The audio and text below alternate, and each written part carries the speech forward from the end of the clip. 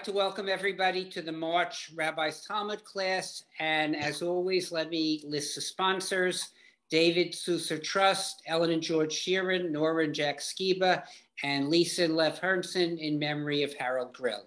Rabbi, take it away. Thank you so much, Keith. And this class will be in preparation of for Pesach, for Passover. And what I find very fascinating in the Talmud is that sometimes you get into a very, very dry and technical debate. But the most important and the most fascinating question is what is behind that debate? Why are they arguing about such a dry and such a technical issue? And many times I can find some theological, philosophical debate behind that technical debate. And this is the case today too. So we will, in a moment, start studying together something as dry as the right order to say the Kiddush on Pesach. Which bracha should be the first one and which bracha should be the second one. So it really sounds something very, very technical. But I can see a debate behind the debate. And I would like to draw your attention to this debate from the very beginning and invite you to try to do the same exercise.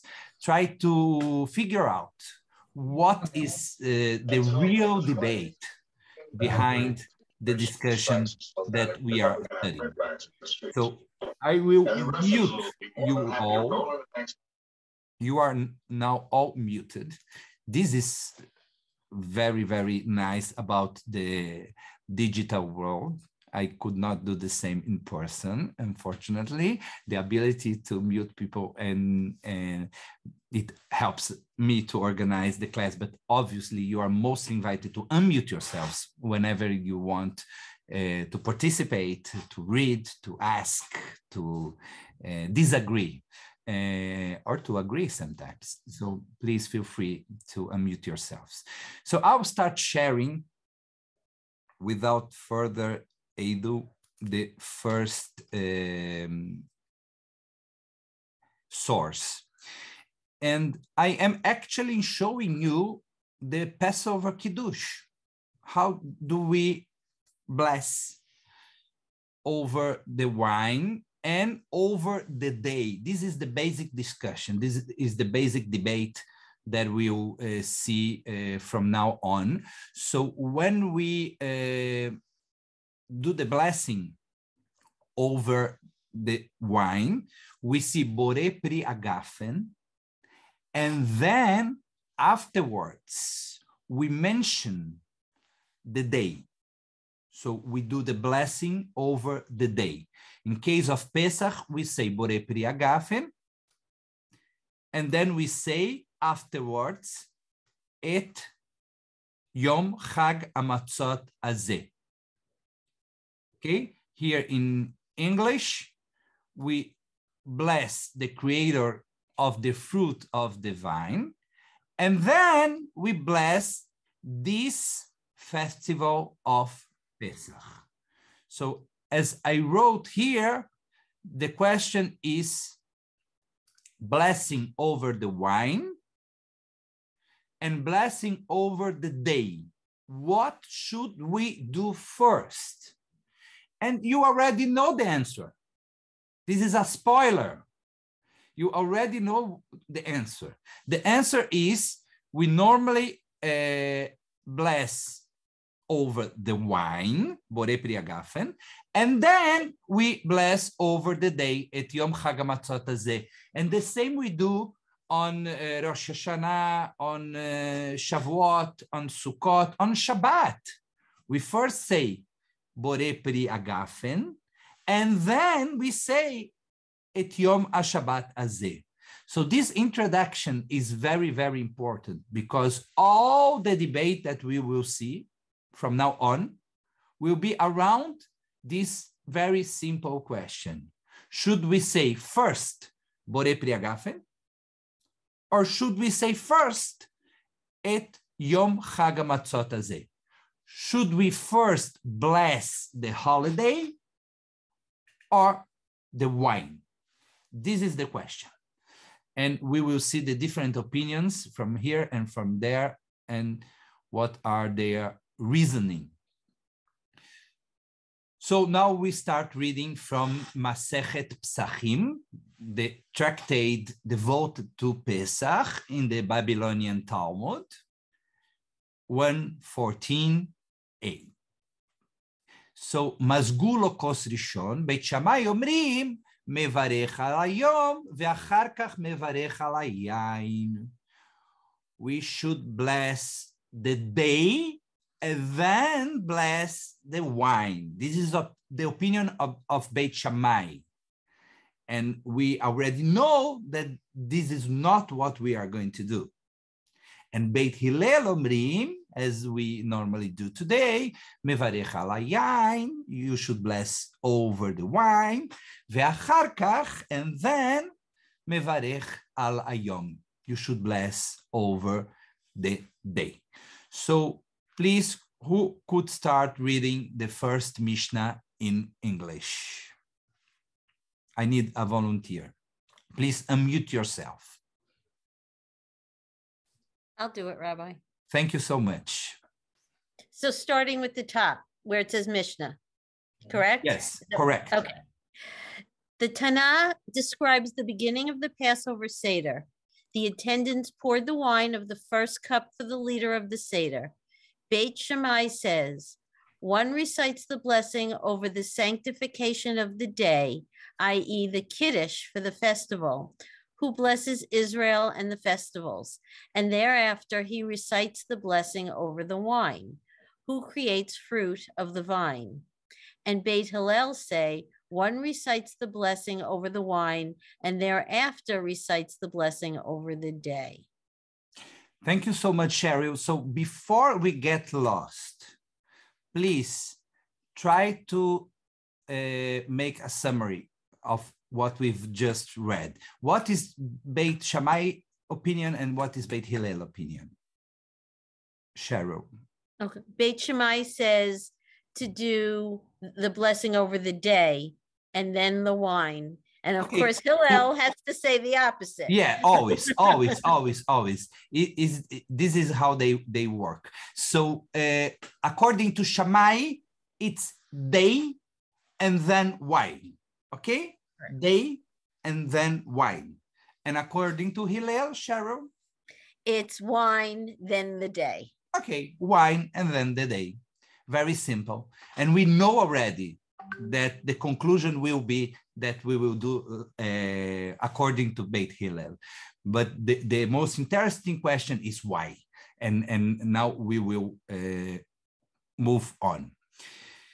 Tanu Rabbanan, dvarim sheben Beit Shammai uven Beit Hillel בסעודה. בית שמאי אומרים, מברך על היום ואחר כך מברך על היין, מפני שהיום גורם ליין שיבוא. וכבר קידש היום, ועדיין יין לא בא. Okay, now we have Shammai with some explanation afterwards. Why does Shammai think that we should do day and then wine? Why day and then wine? Who could please read the English version? Yes, Bruce. Thank you so much. Gemara. The sages taught in the Tosefta, these are the matters of dispute between Beit Shammai and Beit Hillel with regard to the halachot of a meal. Beit Shammai say, when reciting Kiddush over wine, one recites a blessing over the sanctification of the day, and therefore recites a blessing over the wine, because the day causes the wine to come before the meal. Okay, just a moment here. This is very important. So what is Beit Shammai's explanation for us to say day and then wine? Bruce, could you? Because the day brings the wine. Okay. By blessing the day, the wine immediately then becomes part of it and follows. Okay, so it's very important and it makes sense. So according to Shammai, the day causes the wine to come before the meal, yes? Right, because the day causes the wine to come before the meal. The day causes the wine to come before the meal. So if it wasn't Pesach, we might be not drinking wine at all. Why are we drinking wine? We can drink wine every day, but we are drinking wine this specific day because it's Pesach. So if I am drinking wine because it's Pesach, I should first bless the day, bless Pesach, and then bless the wine, because the wine is there only because of Pesach.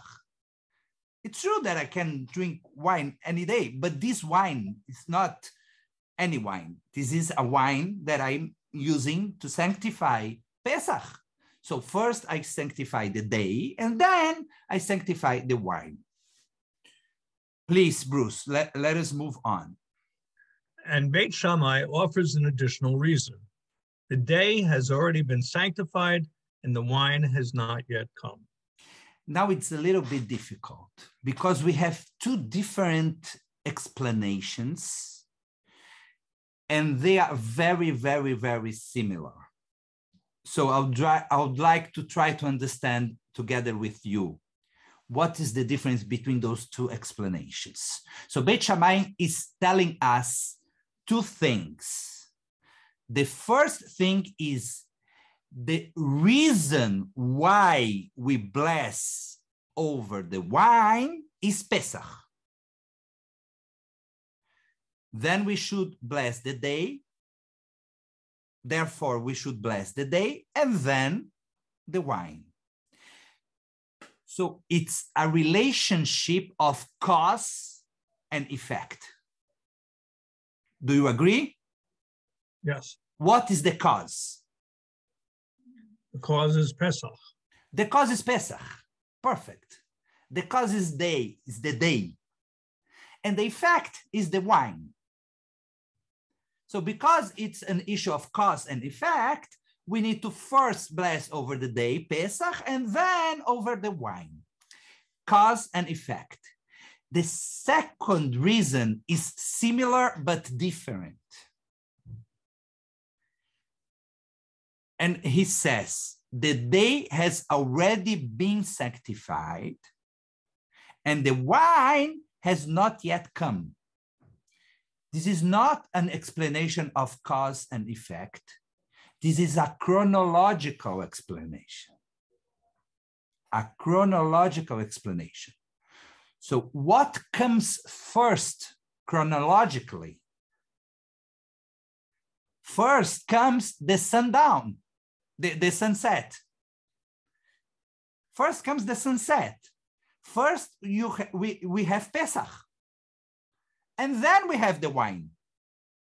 We cannot bless over the wine before it's Pesach because it shouldn't count. We need it first to be Pesach and then to sanctify the wine. So chronologically speaking, first the day comes, first the holiday starts, and then we bring the wine and we say the blessing over the wine. So if you are following me and if I am making myself clear enough, because it's a little bit complicated, the two reasons are very, very similar to each other, but they are a little bit different. Beit Shammai is saying there are two reasons why we should first say day and then say wine. The first is a reason of cause and effect. The day causes the wine to come. Pesach causes the wine to come. So we will say day and then wine. And the second reason, very similar to the first, but a little bit different. We are not talking anymore about cause and effect. We are talking about chronology. When the sun sets, first we have Pesach. First we have the holiday. And then we will bless over the wine. We cannot bless over the wine before the holiday. And this is why, according to Beit Shammai, we should say day and then wine. Are we okay till now? Can you follow? Great. Okay. So yeah, it sort of makes sense. You'd think it makes sense. Okay, it makes sense. It makes sense. We could easily, Mari, we could easily say, you know what? I agree with Shammai. Let us say day and wine. He has very, very strong and good arguments. So let us go to the continuation. Uveit Hillel omrim mevarech. Now we need to understand what is the reasoning behind Beit Hillel's opinion. We have two reasons for Shammai. We want to know what Hillel will say about it. Ubeit Hillel omrim mevarech al hayain ve'achar kach mevarech al hayom. This we know already. His opinion is first wine and then day. Mipnei she'hayain gorem la kiddush sheteamer. Meaning, the wine causes the Kiddush to be said. We cannot say Kiddush without the wine. It's because we have wine that we say Kiddush. So this is a reason why we should start with wine and then go to day.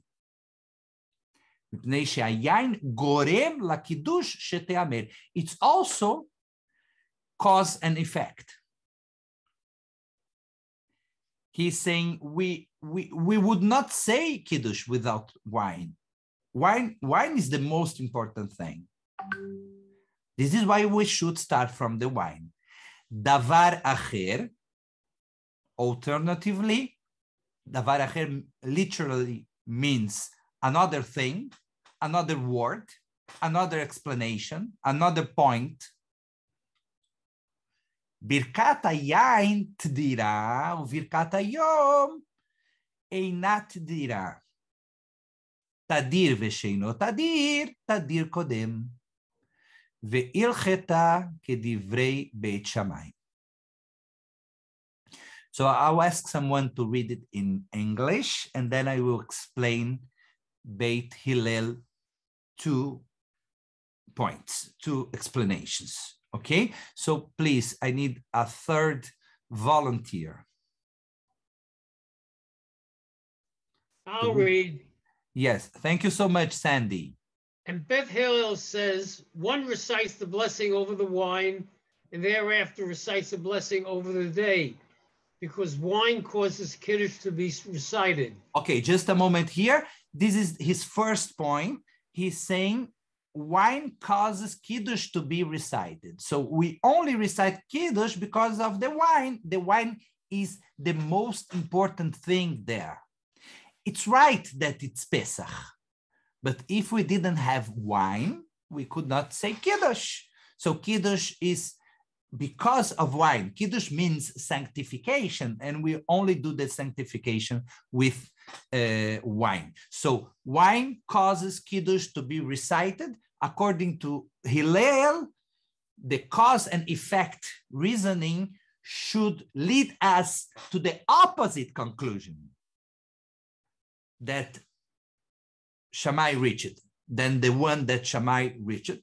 We should say first Borei Pri Hagafen, as we actually say, and then the blessing over the day. Let us see this. Let us read the second point, please, Sandy.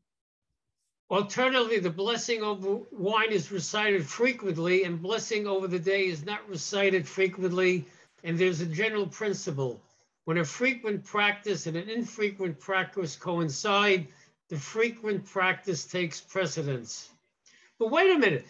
If when you do a blessing over wine, you're always blessing the day. So they're equal, I think.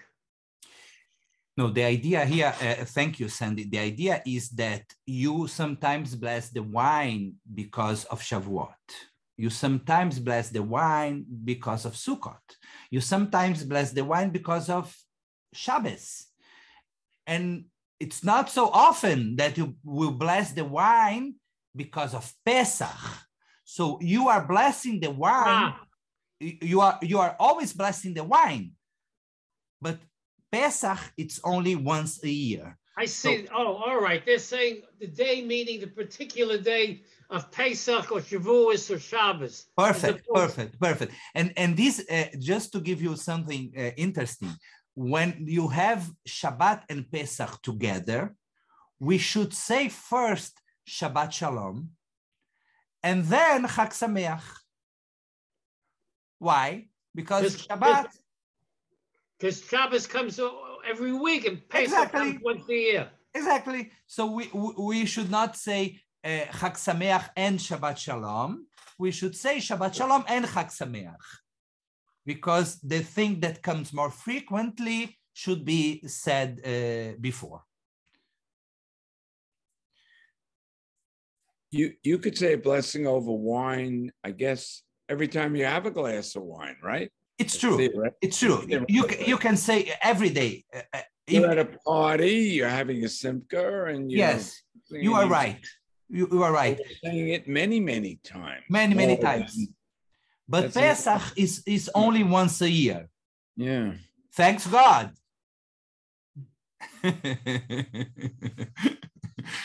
So, Sandy, please read the rest of this Gemara. When a frequent practice and infrequent practice coincide, the frequent practice takes precedence over the infrequent practice. The Tosefta concludes, and the halacha is in accordance with the statement of Bet Hillel. Okay, so here we have a conclusion. It doesn't happen every time, but here we have a conclusion, a clear conclusion, and the halacha is in accordance with the statement of Beit Hillel. There is a decision here. The Talmud is telling us, no matter what, we will follow Beit Hillel. He is the one that won. He is the one that is to be followed. We will first say Borei Pri Hagafen, and then we will bless the day. This is the conclusion. Sandy, could you help us only to remember what are the 2 points of Beit Hillel? I will bring the text again to help you. What is one recites the blessing over the wine, and therefore recites the blessing over the day, because the wine causes Kiddush to be recited.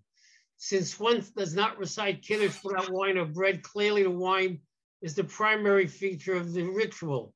Alternatively, the blessing over wine is recited frequently, and the blessing over the day is not recited frequently.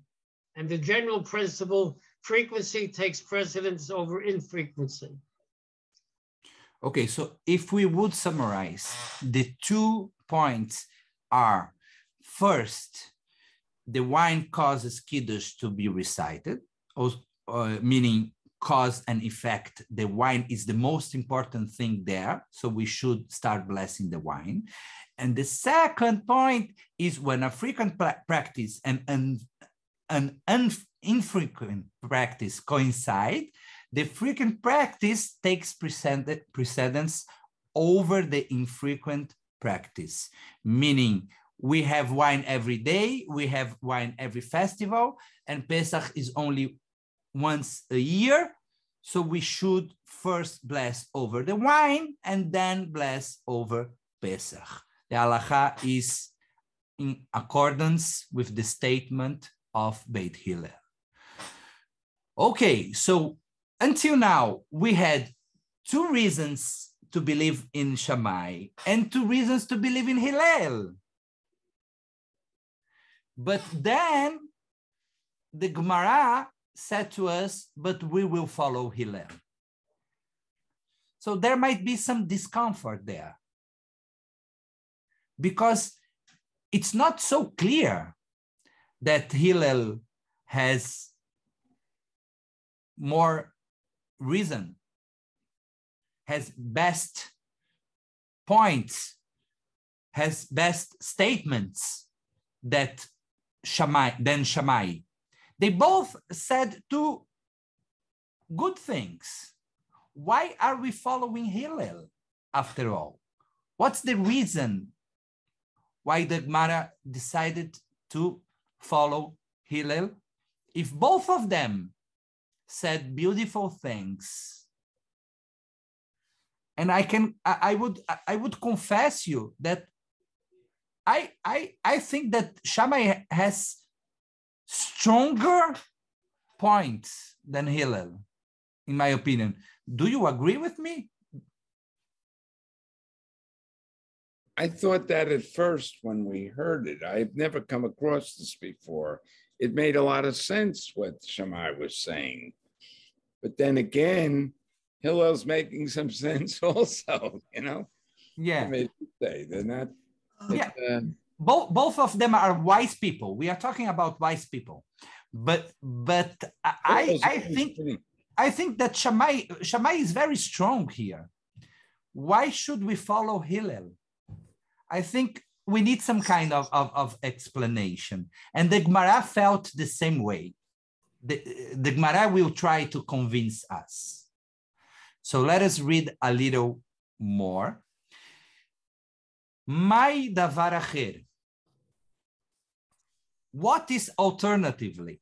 Why does Hillel need to bring a second explanation? Why can't we stay only with the first explanation that Hillel gave us? Why do we need the davar acher? Why do we need a second explanation? V'chitema tam tarte ve'achachada achaname tarte ninhu tadir v'sheino tadir kodem. So the second explanation of Hillel comes in order to make the debate even. Because we had 2 points from Shammai. If we had only 1 point from Hillel, you easily could say, I will follow Shammai. Shammai has 2 points. So numerically, in terms of numbers, Hillel would like to give you 2 explanations, as did Shammai. This is the reason why we have the alternatively, the davar acher, the additional explanation. Could someone read for us in English, please?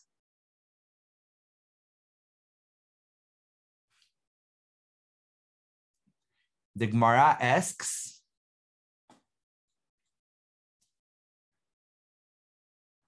I'll do it. Oh, you want to do it? Jeff will do it. Thank you, Jeff. Gemara asks, what is alternatively? Why did Bet Hillel cite an additional reason? The Gemara explains, and if you say that their Bet Shammai cite 2 reasons, then here Bet Hillel offer only 1. Therefore, Bet Hillel said there are 2 reasons here too. When a frequent practice and an infrequent practice coincide, the infrequent practice takes precedence over the infrequent practice. The frequent practice takes precedence over the infrequent practice. So the Gemara is just repeating the second point, but is telling us that the Gemara wanted the debate to be even. So this is the reason why Beit Hillel decided to bring a second point, a second explanation. Let us move on a little bit more, and in a while I will open for you to talk because I have some questions to bring. Ve'alacha kedivrei Beit Hillel pshita dehava nefak bat kol ibai ema kodem bait kol. Who could read a little bit more of English for us? I'll read it. Barbara, thank you so much. Yes. It was taught in the Tosefta, and the halakha is in accordance with the statement of Beit Hillel. The Gemara comments, it is obvious that this is so, as the divine voice emerged and proclaimed that the halakha is always in accordance with the opinion of Beit Hillel. Why was it necessary for the Tosefta to state that in this particular case, the halakha is in accordance with their opinion? Just a moment. I would like everybody to understand the question before the answer. The question is, elsewhere, there is a famous place that a bat call, a voice from the heaven comes and says that every time that there will be a debate between Shammai and Hillel, we will follow Hillel. There is a famous place elsewhere. If you are with me from the beginning of these lessons, this was in the story of the oven, Tanuro shel Achnai, that we had a debate between many sages and Rabbi Yoshua. And in the end, there was a voice from the heaven, a bat call. So the bat call says, every time there will be a debate between Shammai and Hillel, Hillel will win.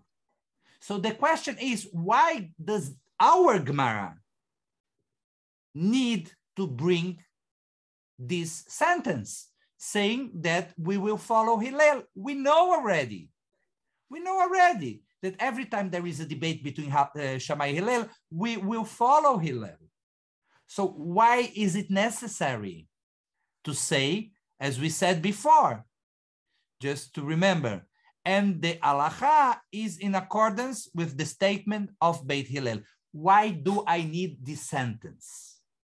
If I know already from another place that every time that there is a debate between Shammai and Hillel, we will follow Hillel. So why do I need this sentence here? And the explanation, Barbara? Yes, the Gemara answers, if you wish, say that this Tosefta was taught before the divine voice emerged and proclaimed that principle. Okay, so you could say that this debate happened before the bat call, before the voice from heaven. Because the way that the Talmud is built, we actually do not know what happened before and after. It's not chronological. The Talmud is not chronological. We do not know what comes before and after. So we might say that this debate happened before the event in which a voice came from heaven and said, we should always follow Hillel. So if this debate happened before, we need someone to come and say, who should we follow? Who won this debate? And this is the reason why the Gemara felt the necessity to bring this sentence, halacha will be according to Hillel. Okay? We are getting there. This is the last part we will read from the Talmud. והיא בית אימה לאחר בת קול ורבי יהושע היא דאמר אין משגיחים בבת קול.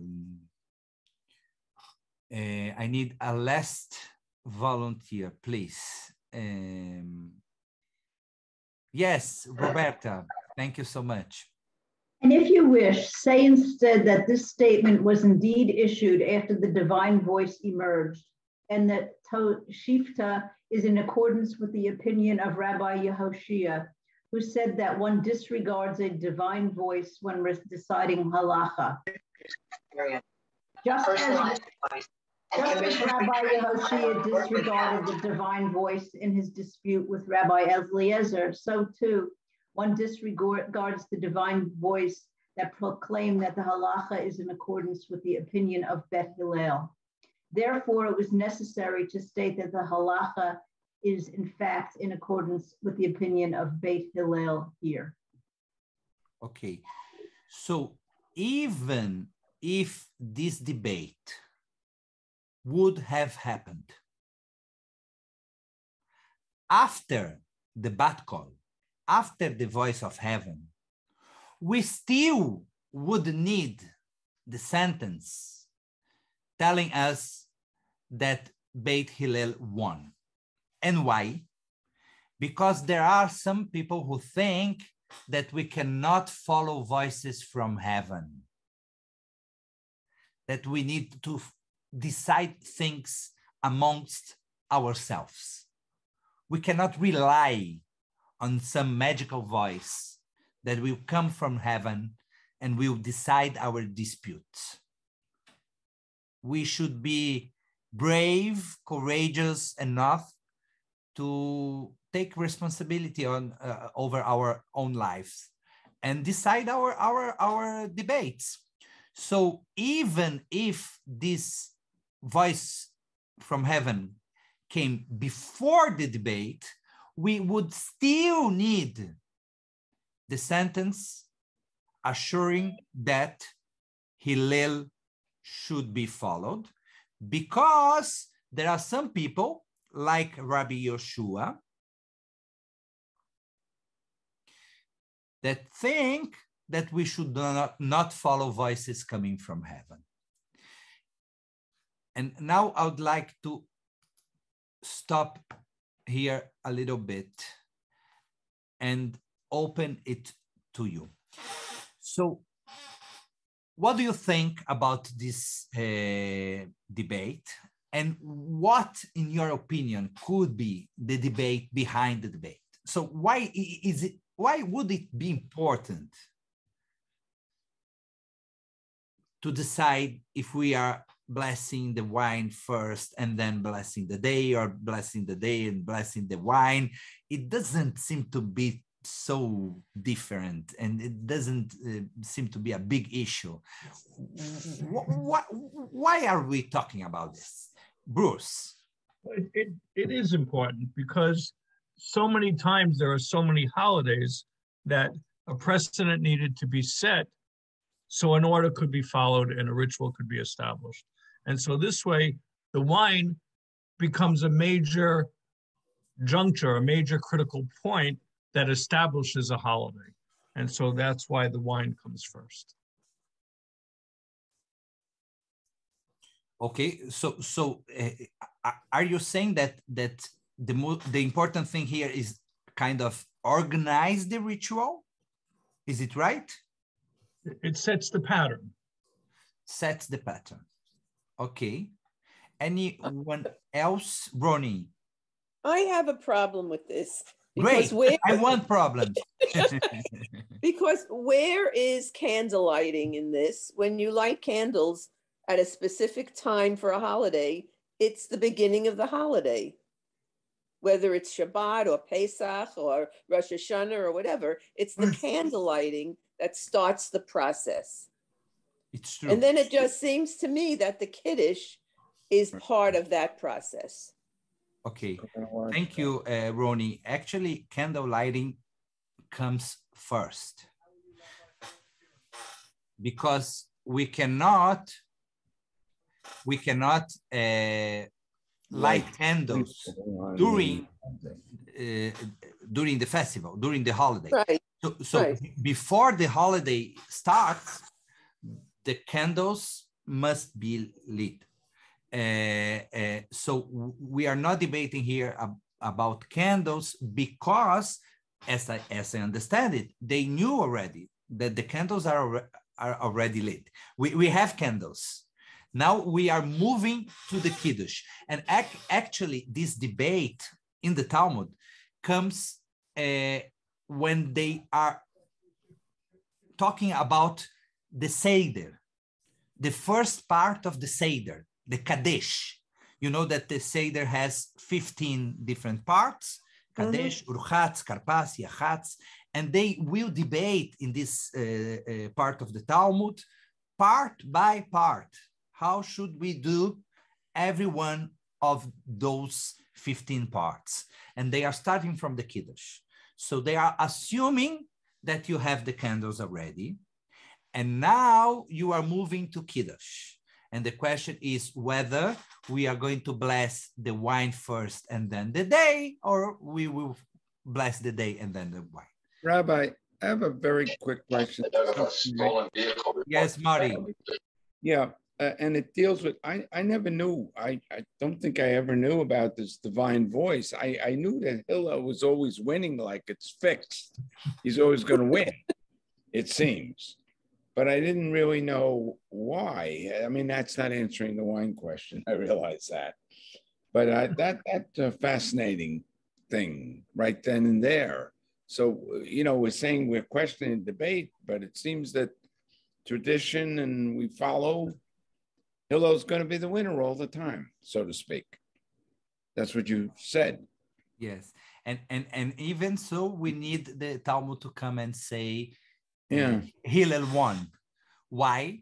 Because there are people who believe that we should not rely on voices coming from the heaven. But apparently that's not the major portion of the tradition, obviously. Do you think? We're following the voice, we're following Hillel, and apparently one of the reasons is because his statements are divine.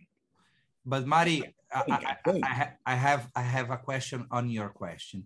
That is, are we following Hillel in most of the places? Actually, we do not follow him everywhere, but in most of the places, because some voice came from heaven, or some voice came from heaven because we follow Hillel in most part of the places.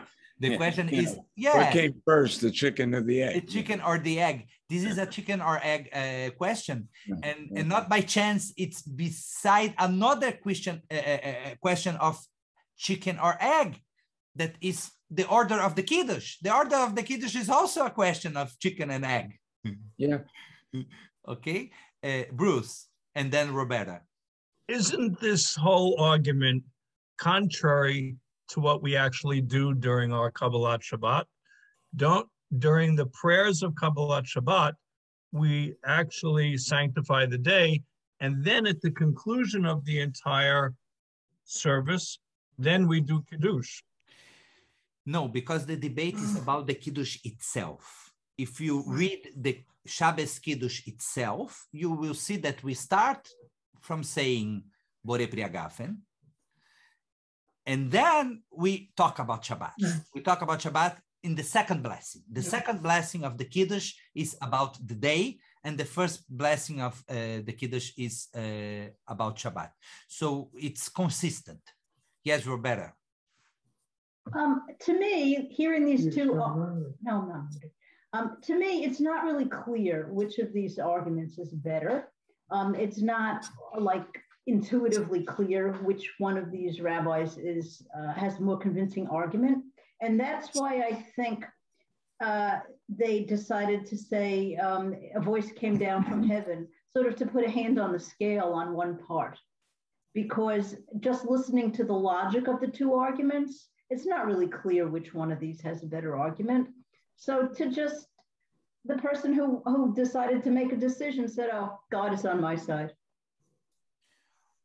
Okay, I see what you are saying, and I agree with you that the debate is a good debate, and it's not obvious in any direction. And you could, as I said, what Hillel says it makes sense. and we could decide to follow Shammai. Shammai, what Shammai says makes sense, and we could decide to follow him. I will disclosure to you what do I think is the debate here. What are we talking about? Do you remember the title of this class?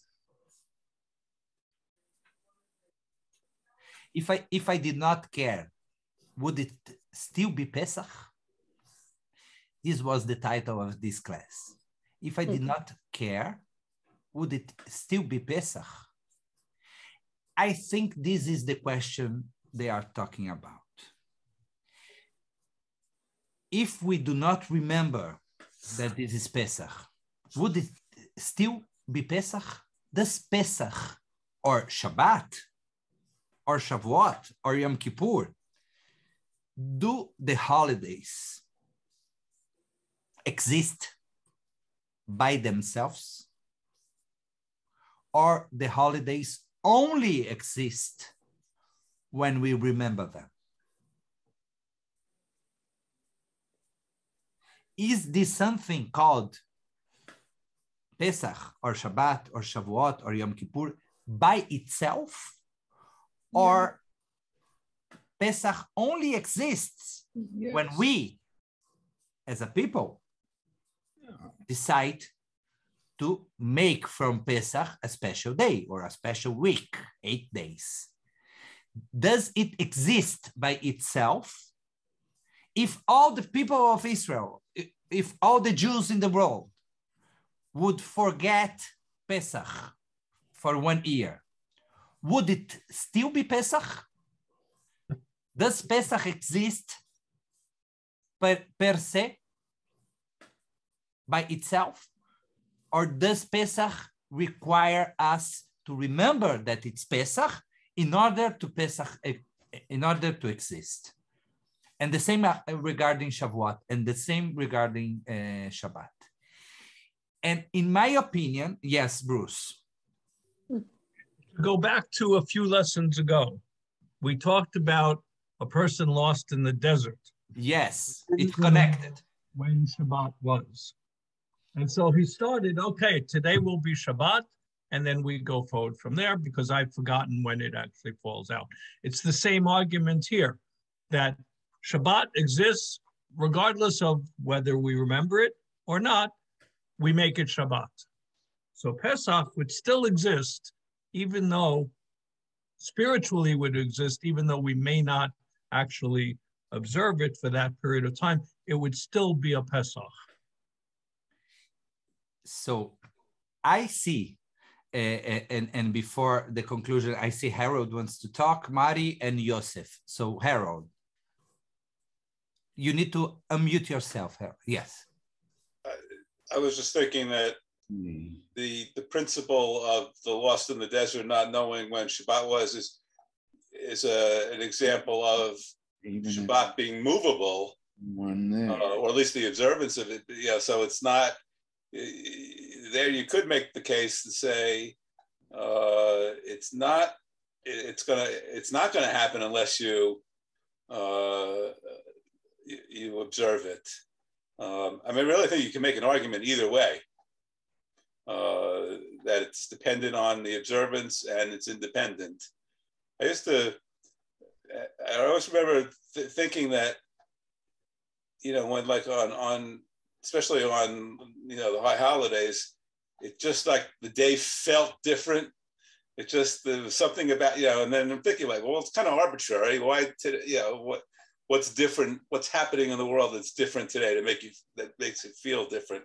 And the reality is it's, or one side of the argument is it's different because you're going to have all these observances and practices and rituals. And it says so in a book that you're going to read. It says that it's on this day. Well, but this day is kind of arbitrary too. It's like when the days got started, how'd they know which day? We talked about this. How'd they know which day was Shabbat to start the counting? But yeah, I think this is exactly what I mean, Harold. Is there a cosmical Pesach? Is there a Pesach per se, or the Pesach exists only if we remember that it's Pesach and we do something with it.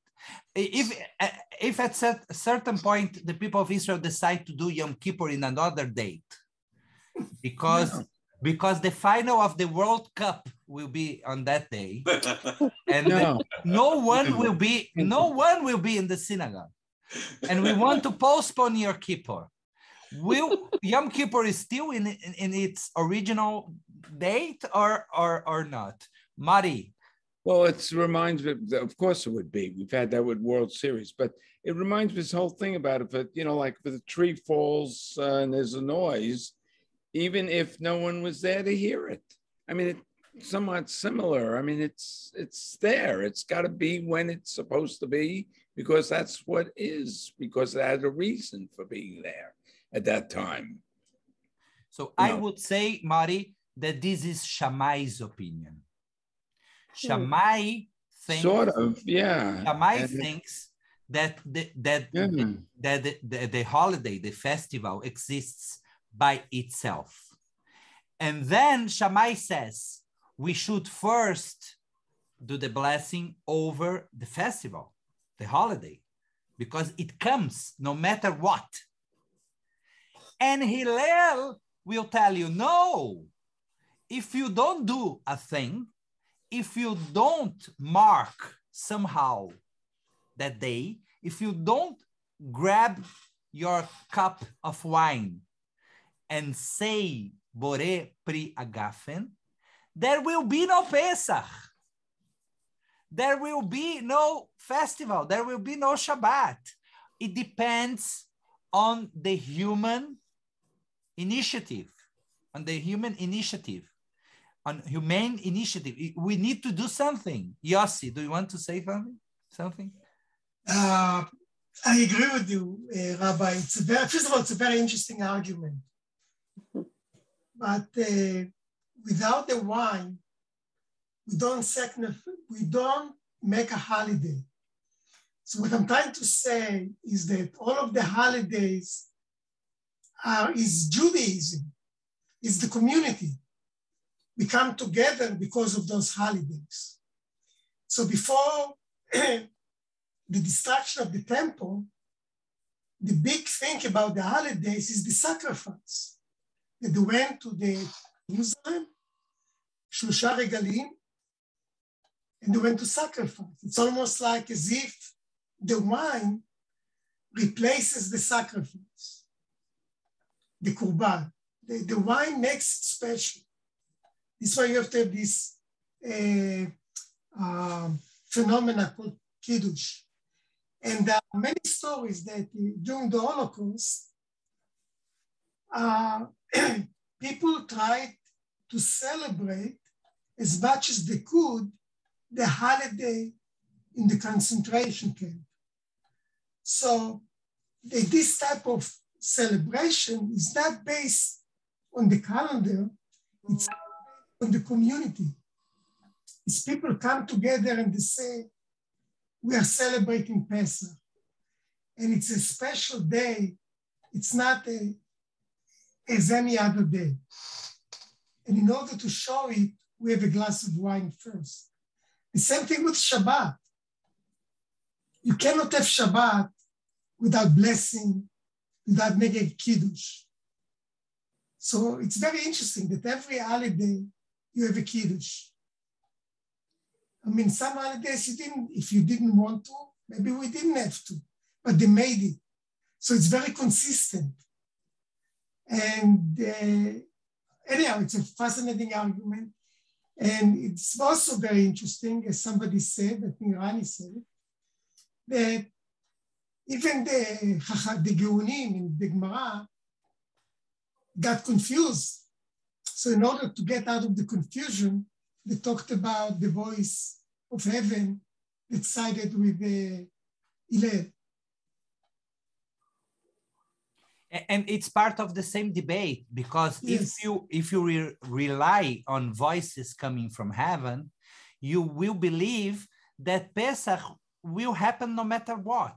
Correct. Because it's something that comes ready from heaven. and the Gemara doesn't believe so, and I don't believe so. I believe that Pesach is Pesach, Shavuot is Shavuot, Sukkot is Sukkot, because it's meaningful to us. And if it stops being meaningful to us, there will be no Sukkot and no Shavuot and no Pesach. It depends on us. And the wine symbolizes it very well, because you need human action to transform grapes into wines. You do not find wine in nature. You need to transform grapes into wine. You need action. We need to take responsibility. So when Hillel says we should first bless over the wine, and then it will be Pesach, because if we do not prepare the wine, if we wait for some voice coming from heaven, if we think that the holiday exists by itself, there will be no Judaism at all. We depend on ourselves.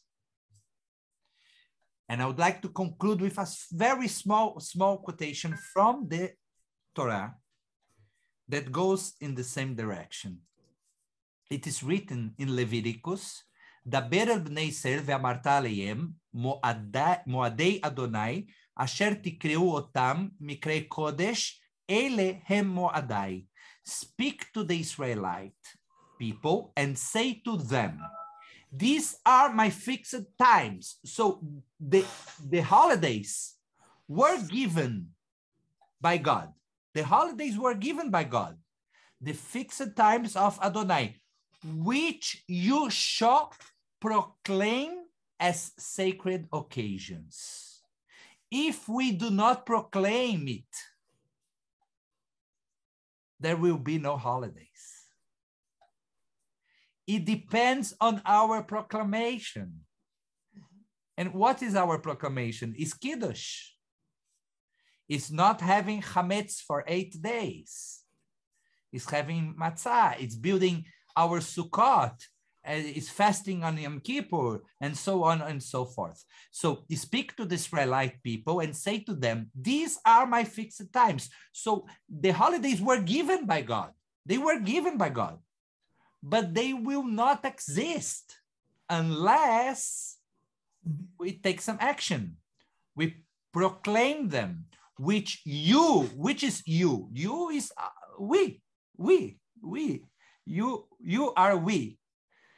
You shall proclaim as sacred occasions. So we need to proclaim. We need to say Borei Pri Hagafen. We need to fulfill somehow. There are several different ways to proclaim. We need to fulfill it somehow. And then there will be Pesach, or Shavuot, or Sukkot, or the Talmud class. Harold. This has an eerie similarity to the quantum theory that the physicists will tell you that a particle doesn't exist or doesn't know what, you can't define where it is or where it's going until you observe it. It's like very nice. Thank you so much. Yeah. The universe is built on this principle. I couldn't say that more beautifully, because I don't understand anything about that, but I love it. I love it. Thank you, Harold. And actually, thank you everybody for this amazing meeting. And I would like to wish you Chag Sameach. This could be some topic at the Seder. Yes, for sure. You'll never get to eat. You'll never get to the food. Thank you for joining me. And if you have any further comment, please feel free. Keith, any final words? No, just thank you, Rabbi, once again. And next month in Herjik.